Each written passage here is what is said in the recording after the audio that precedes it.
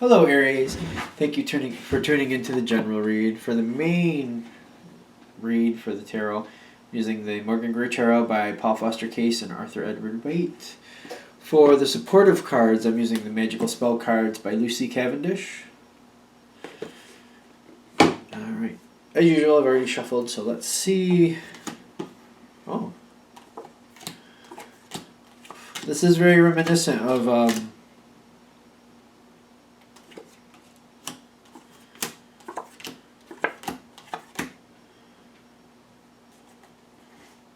well, not completely reminiscent, but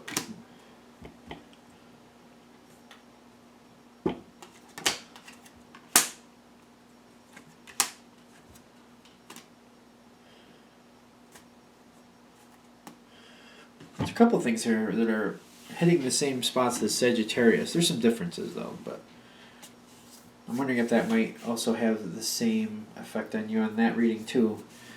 Alright, so your overall energy is the Six of Rods, which to me, like I've said, especially in this deck, feels like coming home from a victory, like the battle won type feel.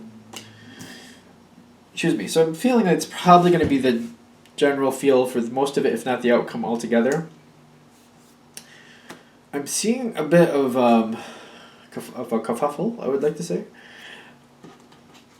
When we start out, I got the Page of Swords with the Seven of Pentacles. Now I feel like you're doing what you've been doing. I feel like there's a lot of work. It seems like you're continually waiting for this to come to fruition. You're wondering when this situation is going to come to fruition. There's not a lot of communication about what is going to happen next. No. Yes? So wait. You may have some knowledge. No. You don't know what's going on. Okay. So you're waiting. You're working on this. Things have been going on like this for a while, and you're waiting for something to change or something to come to fruition. Now the communication aspect here. It just, you know it's coming. Not here yet though. All right, so you're knowing it's coming. You're waiting to hear what the next part is or when this is going to come to fruition. Okay, so that's what you're waiting for. Now, you've been in this for a while, I'm also thinking. So you're thinking, you're due your just desserts. You're due. I'm feeling that's what the Destiny card here is saying for you. You're feeling like you're due. Like, you know what?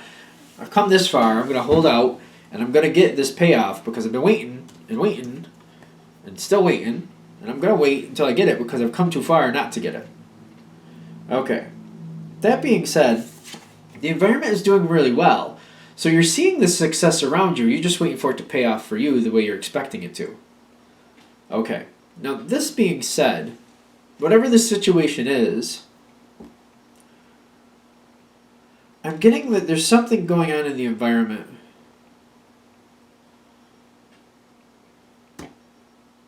Around you? How is this? Is this a split? No. Is this a difference of opinion? Yes. Alright, so I feel like there's some things going on around you here, and people are not on the same page about how this should work out. I feel like the Queen of Cups is going to your favor and seems to be a little ahead on this. The Knight of Cups has other ideas, but is still not winning over the Queen of Cups, and the Queen of Cups, quite frankly, tells the Knight of Cups what to do in a court sense. So, but I feel like he still has her ear. Don't get caught up in the gender, as I always say. I'm just using this to relate the two cards to make it more compatible or relatable. He's trying to change her mind about something, but she's got her idea about how it should pay off. Like either you directly or the group you're a part of, one of the two. She has her thoughts about how this should play out. I don't feel like he agrees, and he's constantly tugging at her ear. Wait, let's look at this. Wait, talk with me about this, and trying to change her mind a bit. They're hashing it out, but They're not agreeing, and it seems to be going back and forth. I almost feel like this is coming into the public arena a little bit, that they're thinking of different things. It seems to be coming out. I feel like you at some point you get involved in this conversation. And the knight's trying to win you over to his ideas too. Again, don't get caught up in the gender. But this person is trying to get you to see it their way. The Queen of Cups feels like this should pay off now and not drag out longer. I almost feel like the Knight of Cups wants to take it out a little farther. The Queen of Cups wants it to come to fruition and finish it off. Now, this being said, I feel like you being where you are and them being where they are, this comes together somehow in some respect. This causes all sorts of arguments, I feel. You got the Queen of Swords, you've got the King of Swords, you have the Eight of Swords, you have the High Priestess kind of squished in here. Literally squished in there. I feel like everybody's trying to do the right thing, but they all have their ideas about what the right thing is. And there's a lot of stalemate action going on here. Like, a lot of people are just butting heads, not agreeing, not backing down, and it doesn't seem to be going... It doesn't seem to be going anywhere. It seems to be keeping it in the same trajectory. It's the same mode. The same mode. Which makes me really think that the reason that is happening, or what the outcome is I think the Knight of Cups is going to get his way. It's going to keep going and it's going to go a little longer, but I feel like the way, it's almost like a filibuster, or like, is that what I want to use? I don't even know if that's the right word I want to use. Just it keeps it going so long that it's just the moment where it could have come to fruition seems to have passed or is passing. For that, almost like by default, he gets his way and things move on to the next checkpoint, or heads out towards it. So I feel like things are going to continue on even longer. Thing is, this doesn't like take away from your success. It just delays the payoff. I feel like a lot of people aren't happy about this though. The Queen of Cups, you and some other people aren't really happy about this. The Knight of Cups seems like he has his own bruises from the situation, because I feel like due to the situation and how it played out and why it's going forward the way it is, the Knight of Cups has his own bruises to deal with due to this situation. But you're keeping afloat. This the Seven of Rods is keeping afloat. Happy? Nah, I shouldn't say happy. That's success through stress is basically what it is, and it's not really your happy outcome. And I don't feel like it's stressful. Like, oh my God, here we go. I feel like it's like this. Here we go again. Like it's not like, I don't know how to say it. It's not like physically or mentally demanding. It's just like you've been waiting and you're just like, I have to keep waiting again, more waiting. Like, I feel like you're fed up with it. And that's why you got the Three of Swords here with you succeeding through stress. It's just you're frustrated waiting so long. But you have a lot of connections here. So you're seeing it through. Again, I'm getting like when the Six of Cups comes through, you have history here. You're not letting go. You're not letting go. You're going to be through it, be with it until the fruition. You're going to make it. It's going to happen.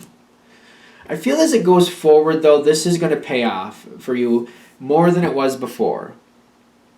And I feel like as it continues on, you're going to feel better about it. You're going to feel like this was actually a good decision. You're going to be, in the long run, like looking back, you're going to be happy with it. I don't feel like you're going to be happy with the decision right now, but in the future, when you look back, you're going to be happy with it. And it's going to open up other doors for you. So it does pay off for you eventually, someday.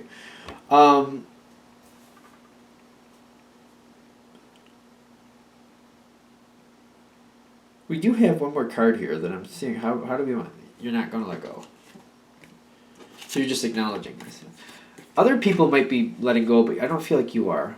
Other people might be stepping out. But this isn't the environment. Other people might be like, I've had enough. I'm not waiting. These people stepping out opens up doors for you. I really feel like you're like, I've gone too long. I'm not going to walk away without my payoff. I'm not going to do it. So other people, though, are really fed up that it's going through another cycle, and they're out. They leave. This opens big doors for you. I really feel like it's, for the most of you, I feel like it's big doors. This is why this is the best possible decision. You got a lot of creativity because that's why it benefits you, because you hold out for this next go round. Even though it wasn't really the way you wanted to do it, it does pay off for you, and unexpected gains here is what I'm kind of feeling. Unexpected gains. It's completely open, which literally the table has no card on it right here. That's one of the reasons I'm saying that. But I feel like it's open to what you want. It's almost like all these possibilities open because people leave. You kind of get to choose what works best for you. Okay, so I feel like the way this is going, you're expecting this to come to fruition. You're expecting it to come to fruition in a short time frame, I'm thinking originally.